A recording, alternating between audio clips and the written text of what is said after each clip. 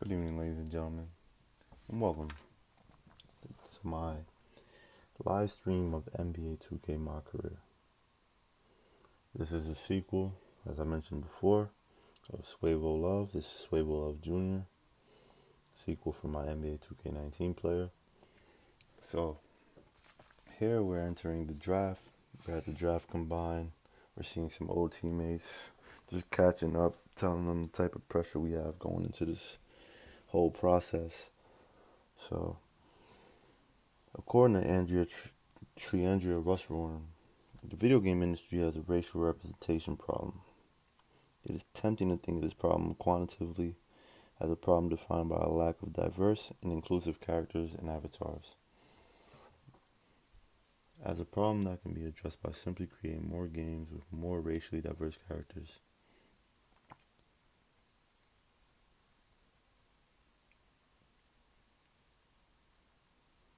Yet, the video game industry problems with racial representation are much more complicated than this.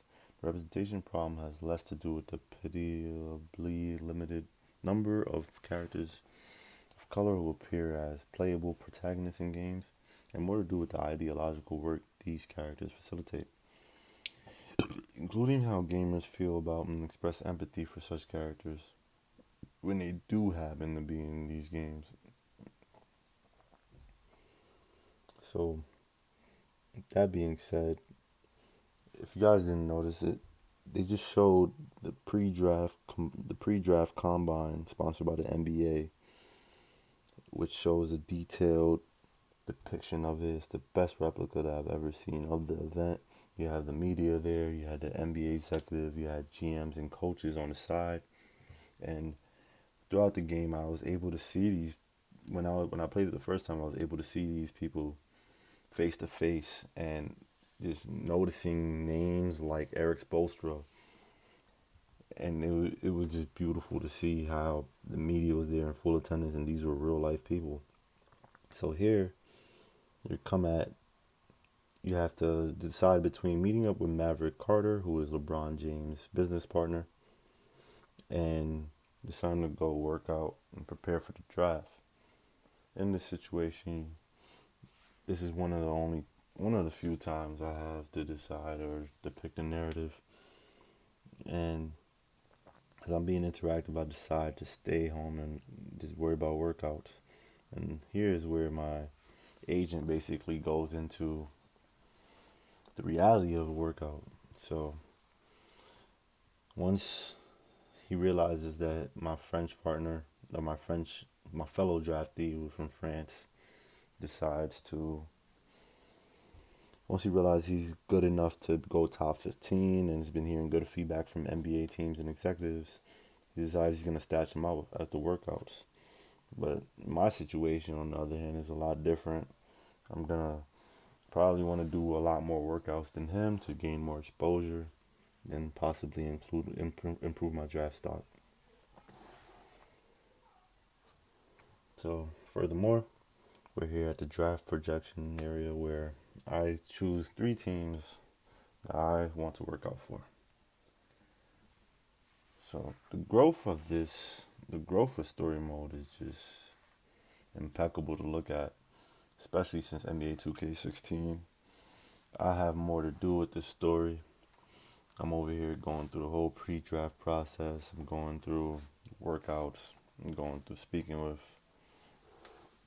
with different people apart from my agent. I'm speaking with counselors and actual shoe company representatives, which is much more different from the Spike Lee edition of this game. And just noticing the difference in the game and how it doesn't really try to attack racial representation up front. And one thing I did like about that was it, it doesn't single anybody out, and it matches with anybody from any single race or culture. So as long as it was tied to as long as it's tied to basketball. And it brings me back to a complaint that was made throughout Russrum's article, where one of the fans complained saying, "My player this year is, yeah, my player this year is evidence of a broken and nightmare of a game. And having to be twins with a black sister and being a part of a black family as a white person would never make sense to me. It will make me not enjoy this my player experience." So, with that being said, is we have to be realistic, and as game developers, it's essential to be careful with narrative. And like how it has to be, it has to be very, it has to be the most important goal to never single out anyone who's playing the game. And with my player being the most anticipated career mode, it's difficult to just look at this and be fond of it because just because the experience is going good for me and I'm enjoying it and I feel like it's more relatable to my story and my background that I'm being from, just because I'm from the Harlem Projects doesn't mean that's how someone else should go about it. And it definitely doesn't go with what they anticipated or what they would have enjoyed. So that just shows how developers just must be careful with narrative. And the point of my whole research project is to show how much this matters because games just bring a community of people together. And that's done through the platform of gaming, which is now a new form of media. So just as TV has to be careful with the way it impacts its viewers, shows and movies, so does 2K, and viewers are looking into these things and they're looking for certain things to make them feel that they're included. So with that being said, it's essential to look at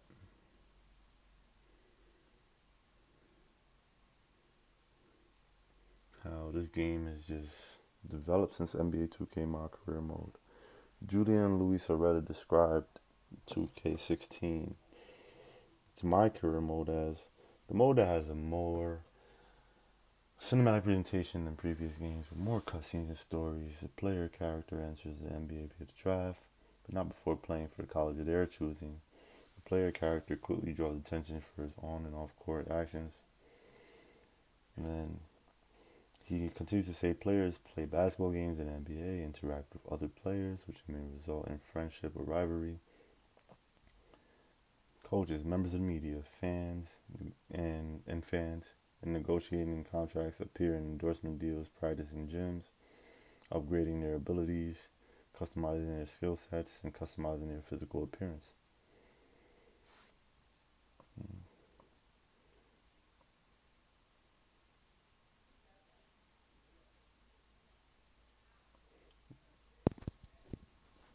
And it's essential to see how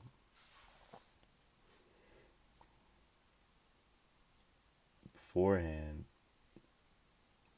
I didn't really feel that connected to my player as much as I did since Face Scan came about when NBA 2K16 was released. This face scan really allows, this just really allows us to, as a player, just look at myself and feel like I'm a part of the game. And it just gives me a whole different connection to my own player. Hearing, being able to speak and interact with others, which was a blessing I appreciate from Spike Lee because he introduced that to this game. And with annual narrative changes, you never know what to expect in next year's game. And for them to actually go out their way and keep that, it's pretty appreciative from a fan perspective, as well as a scholar's perspective as well, because it's essential to just notice what keeps a game alive and what keeps people coming back for more of it. So here, as you guys can see, I'm getting ready for the pre-draft. I decided to I decided to have workouts with the Boston Celtics, the Brooklyn Nets, and the Toronto Raptors, respectively. those are my top three teams right now. I'm looking forward to it. It's gonna be a cool experience seeing where I go, and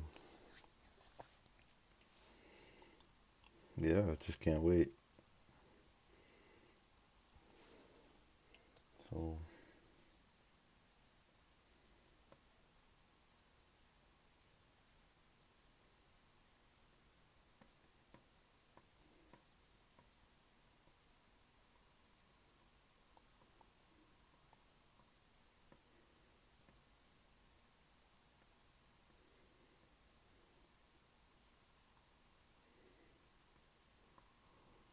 looking at this game, seeing how it changed from a forced, from a very uninteractive narrative, like in NBA 2K16, where you're just watching a movie and you have less control of things and not necessarily what someone would want. And when you look at complaints from players, it's always coming from various different places, various different modes. And this made me come to agree with this statement that was stated by Brian Mazik. He said, if Pro AM isn't functioning properly, the community that spends most of their time with that mode should have a go-to person on Twitter or some other social platform that they can reach out to or follow for updates. The same can be said for general gameplay, my career, PNO, the franchise modes, my team, the rating and creation features. As of right now, the only mode that has its own Twitter account is my team.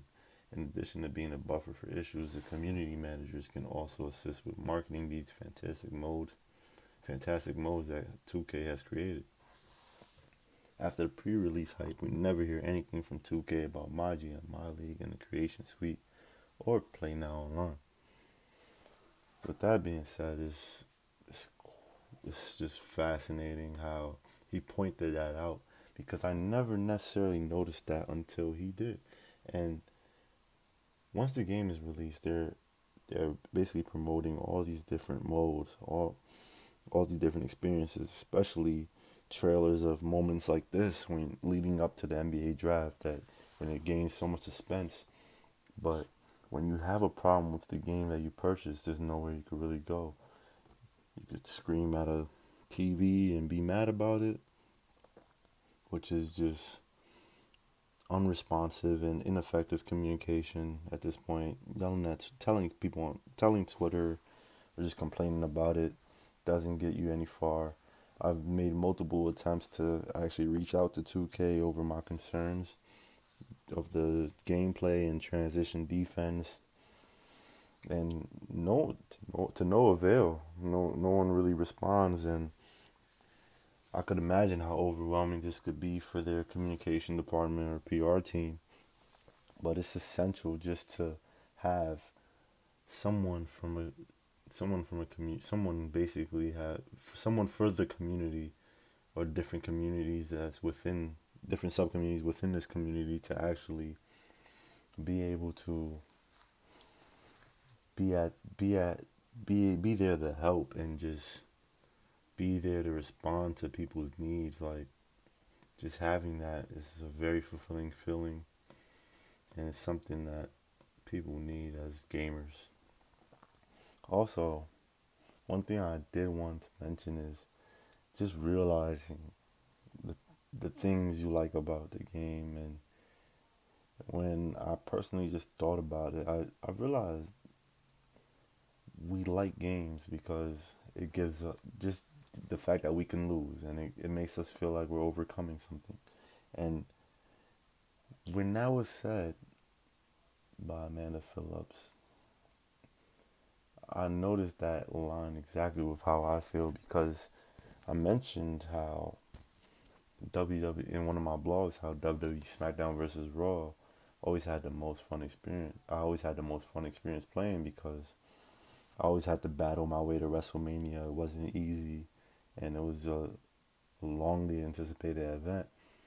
And Amanda Phillips went on to say, this is particularly important in studying video games because of the way they historically have been linked to fun and fandom. Think of games as things we do for fun, even when we are making or studying them. Much of the popular discourse around gaming connects them to the pleasure and satisfaction that comes from achievement or overcoming obstacles, even when the point is not fun itself, but more mundane achievements like training. The popularity of gamification attests to the allure of fun for educators, advertisers, and gamers alike. So, with that being said, losing is just very essential sometimes, especially with sports games, because you feel like you're chasing something. And when you have the ability to chase a common goal or an individual goal in a game, it just takes it to a whole different level. Not all games have goals, and with that being said, the goal in every single NBA game is to get drafted and just be the best player you could be, try to win a championship, just like a regular NBA player. But the issue with that is that's a great goal to have and it's very realistic, but it doesn't align with the journey to get to that point. So, what do I mean by that?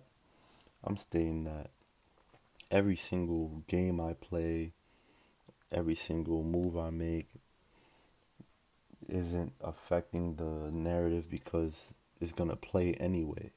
And all of this is basically premeditated and written already for me to just watch. So, it doesn't affect how I wanted things or how my career is going or how my college career was going. It's just a story we all get to see, and it lacks a little bit of a personalized area to it.